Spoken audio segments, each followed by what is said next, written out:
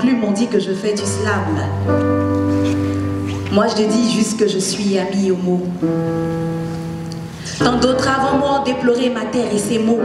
Et peut-être que mes paroles ne resteront finalement que des mots qui s'envoleront comme ceux qui ont chanté et sensibilisé, dans l'espoir de voir un jour notre rêve se réaliser.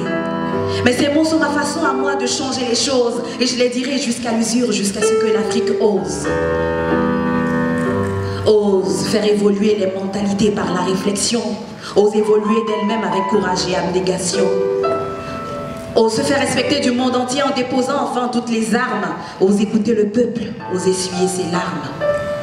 Pour faire taire tous ceux qui disent que sous les tropiques la terre est maudite et prouver le contraire à ceux qui la décrivent comme une cité interdite.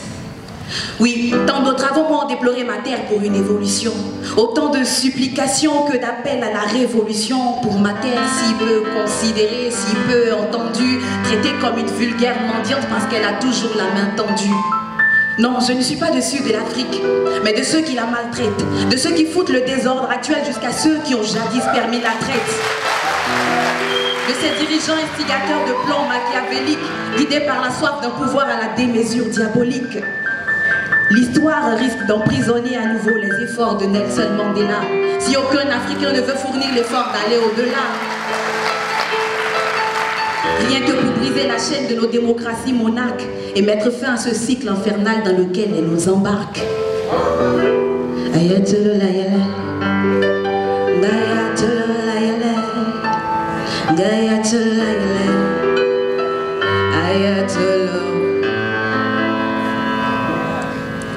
On dit que l'Occident est la source de nos malheurs. Pour avoir pillé nos ressources, nos forces et bien de valeur, c'est bien beau de leur rappeler leur passé coupable. Mais surtout ne pas ignorer à quel point nous-mêmes sommes responsables, puis responsables. Responsables d'avoir ouvert nos frontières et cautionné notre propre exploitation. Responsables d'avoir donné nos frères et applaudi leur déportation.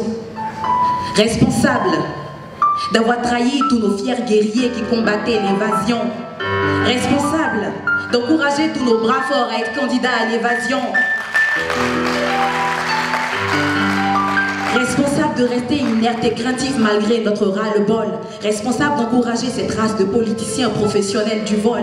Responsable d'acheter les armes de ceux qui ne veulent pas d'une Afrique décidée. Savez-vous que ces mêmes personnes feront faillite si un jour les Africains arrêtent enfin de se trucider? Mais non, je ne suis pas dessus de l'Afrique, mais de sa classe dirigeante.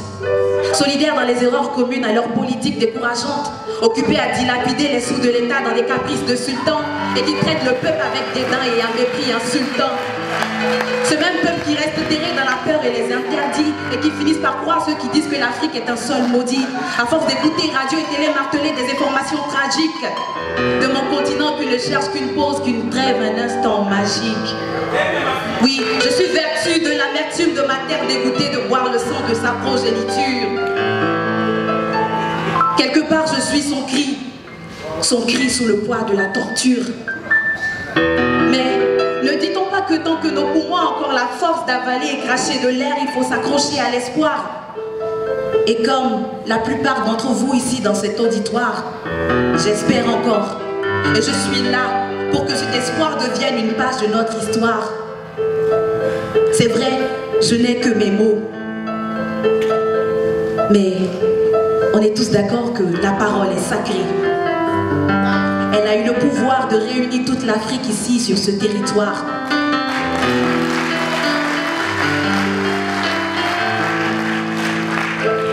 We are here tonight to write again our story, to rewrite our story,